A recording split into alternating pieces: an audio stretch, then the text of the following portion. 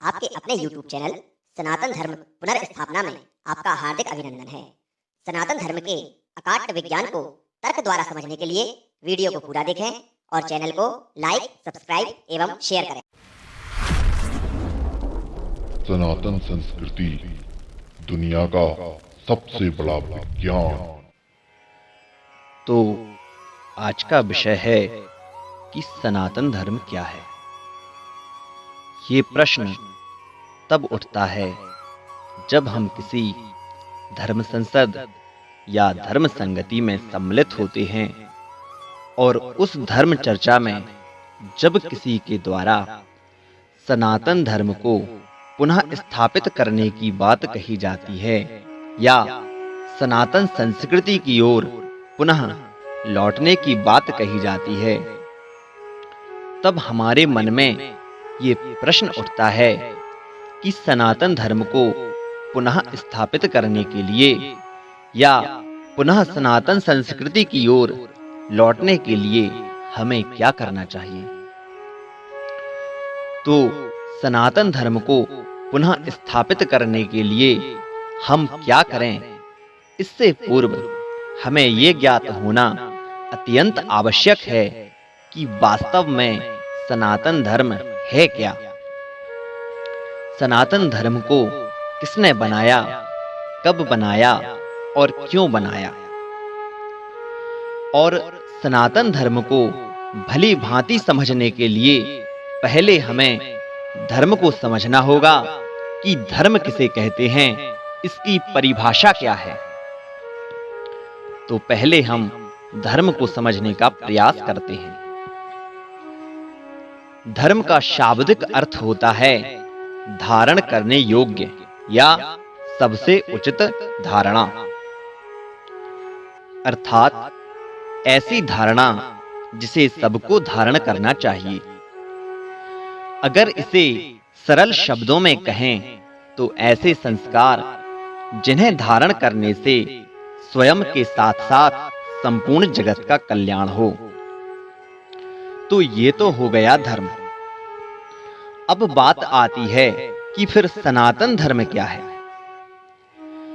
तो सनातन धर्म का अर्थ होता है शाश्वत संस्कृति, अर्थात ऐसी संस्कृति जो अनादि काल से निरंतर चली आ रही है और अनंत काल तक चलती रहेगी। यानी ना तो मनुष्य को इसके प्रारंभ का ज्ञान है और ना ही इसके अंत का। वेद शास्त्रों के द्वारा इस संदर्भ में मनुष्य मात्र इतना ही जान पाया है कि ईश्वर के द्वारा जब इस सृष्टि की रचना की गई तो उस परमपिता ने इस संसार को समुचित ढंग से चलाने के लिए उन सभी संस्कारों को जो इस जगत के कल्याण के लिए आवश्यक हैं, उन संस्कारों को सुव्यवस्थित करके वेद, शास्त्र, पुराण इत्यादि के रूप में मनुष्य को वो संस्कृति प्रदान की ताकि मनुष्य उन वेद, शास्त्र, पुराण इत्यादि का अध्ययन करके उस संस्कृति या उन संस्कारों का अनुसरण करते हुए स्वयं के साथ-साथ संपूर्ण जगत का कल्याण करे। केवल सनातन संस्कृति में ही ये संस्कार हैं जहां प्रत्येक शुभ कार्य में मुख्य रूप से कुछ मंगल वाक्य बोले जाते हैं, जिनमें से पहला वाक्य है धर्म की जय हो, अर्थात जगत के कल्याण के लिए ईश्वर ने वेदों के द्वारा धर्म के रूप में हमें जो संस्कार दिए हैं, उन संस्कारों की जय हो।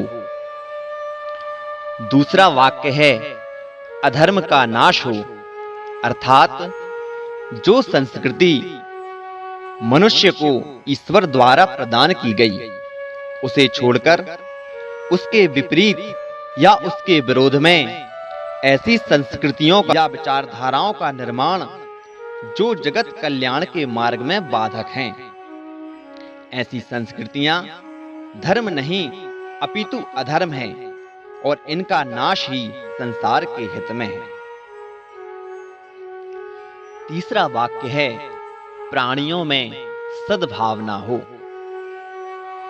जब हमारे भीतर समस्त प्राणियों के प्रति सद्भाव होगा, मनुष्य, पशु, पक्षी, पेड़ पौधों इत्यादि के लिए जब हमारे मन में करुणा का भाव होगा, प्रेम का भाव होगा, तो एक दूसरे के प्रति जो दुर्भावनाएं हैं वो स्वतः ही समाप्त हो जाएंगी और निश्चित ही ये धरती स्वर्ग से भी ज्यादा सुखद और सुंदर हो जाएगी। चौथा वाक्य है, विश्व का कल्याण हो। वास्तव में ये वाक्य हमारे सनातन धर्म का मूल उद्देश्य है, क्योंकि यदि हम अपने सनातन धर्म की समस्त संस्कृतियों का निचोड़ निकालें, उसके सार पर ध्यान केंद्रित करें, यदि हम सनातन संस्कृति के रीति रिवाजों, उसकी प्रथाओं को तर्क द्वारा समझें कि आखिर ये प्रथाएं क्यों बनाई गईं, इनको बनाने का उद्देश्य क्या था, तब हमें ज्ञात होता है कि इन प्रथाओं को बनाने के पीछे एक बहुत बड़ा कारण छिपा हुआ है, जो इस संसार के कल्याण में अपनी महत्वपूर्ण भूमिका निभाता है। इन रीति रिवाजों और प्रथाओं से आज भले ही हमारे ऊपर कुछ अंकुश लगें, किंतु भविष्य में उनका परिणाम हमारे लिए निश्चित ही कल्याणकारी होता है। पांचवा वाक्य है, गौ माता की जय हो। सनातन संस्कृति में गाय को मां कहकर संबोधित किया जाता है और सनातन प्रेमियों का ये विश्वास होता है कि गाय में 33 कोटि देवता निवास करते हैं और गौवंश के हित में किया गया प्रत्येक कार्य 33 कोटि देवताओं की आराधना के बराबर फलदायी माना जाता है। तो जहां सनातन धर्म का कोई भी कार्य बिना गौ उत्पादों के संपन्न नहीं होता, तो वहीं कुछ विधर्मी और पश्चिमी सभ्यता के अनुयायी अपने थोड़े से निजी स्वार्थ के लिए गौ माता को पशु बताकर दिन रात उसकी हत्या कर रहे हैं, जिससे दिन प्रतिदिन गौवंश की संख्या घट रही है और इसके घातक दुष्परिणाम के रूप में लोग घी, दूध इत्यादि के नाम पर बाजारों में निर्मित जहर खाने के लिए विवश हैं। हमारे सनातन धर्म का जो छठा वाक्य है वो है, भारत अखंड हो। वास्तव में इस वाक्य का उद्देश्य किसी दूसरे देश की सीमाओं का अतिक्रमण करके अपने देश की सीमाओं का विस्तार करने से नहीं है, बल्कि इस वाक्य में बहुत ही गूढ़ रहस्य है। इस वाक्य का अर्थ यह है कि ईश्वर की वाणी ही वेद है। वेदों में सनातन संस्कृति है और सनातन संस्कृति मुख्य रूप से भारत में है। अतः यदि भारत अखंड हो जाए तो सनातन संस्कृति भी पूरे विश्व में स्थापित हो जाएगी, जिससे प्रत्येक मनुष्य ईश्वर द्वारा प्रदान की गई संस्कृति का अनुसरण करके स्वयं के साथ पूरे विश्व का कल्याण करेगा।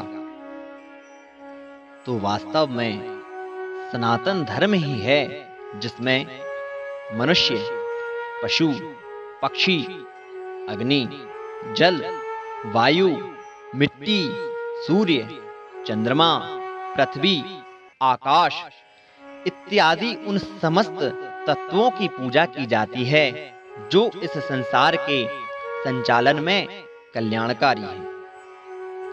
सनातन संस्कृति हमें धर्मपरायण, कर्तव्यनिष्ठ, देश प्रेमी एवं प्रकृति प्रेमी बनाती है, जिसमें हम ईश्वर के रूप में प्रकृति को पूजते हैं और समस्त प्राणियों के भीतर ईश्वर का दर्शन करते हैं।